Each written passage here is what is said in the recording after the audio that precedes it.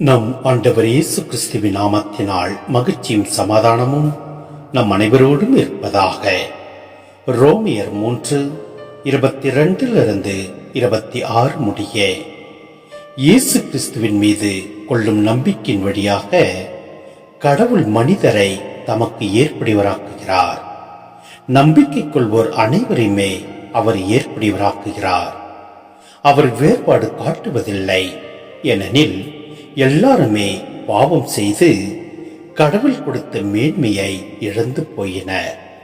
ஆயினும் அனைவரும் கிறிஸ்து இயேசு நிறைவேற்றிய மீட்பு செயலின் மூலம் கடவுளுடைய அருளால் இலவசமாய் அவருக்கு ஏற்புடையவர்கள் ஆக்கப்படுகின்றனர். இரத்தம் சிந்தி மனிதருடைய பாவத்துக்கு கழுவாய் ஆகுமாறு இயேசுவை கடவுள் நியமித்தார். அவரிடம் நம்பிக்கை கொள்வதற்காகவே அவ்வாறு செய்தார். கடவுள் கடந்த காலத்தில் மனிதர் செய்த பாவங்களை கண்டு கொள்ளாமல் விட்டுவிட்டார். இவ்வாறு மனிதரை தமக்கு ஏற்புடையவராக்கும் முறையை அவர் காட்டினார்.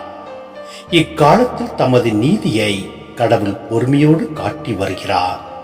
ஆம், அவர் நீதியுள்ளவர். இயேசுவின் மீது நம்பிக்கை கொள்வோரை தமக்கு ஏற்புடையவராக்கி வருகிறார். சிந்தனை: எல்லா மனிதர்களும் பாவத்தின் பிடியில் சிக்கியதால் கடவுள் தம் இரக்கத்தினால் எல்லா மனிதரையும் தமக்கு ஏற்புடையவராக்குகிறார். இதனால் எல்லா மனிதரும் கடவுள் படைப்பில் கொடுத்த மேன்மையை திரும்ப பெற முடியும், கடவுளோடு இணைந்து வாழ முடியும். எனவே நாம் அனைவரும் பாவத்திலிருந்து விலகி நம் ஆண்டவர் இயேசு கிறிஸ்து அன்பை பகிர்ந்து கொள்வோம். ஆண்டவருடைய வார்த்தையை அனைவருக்குள்ளும் பகிர்ந்து அவற்றின்படி நாம் செயல்படுவோம்.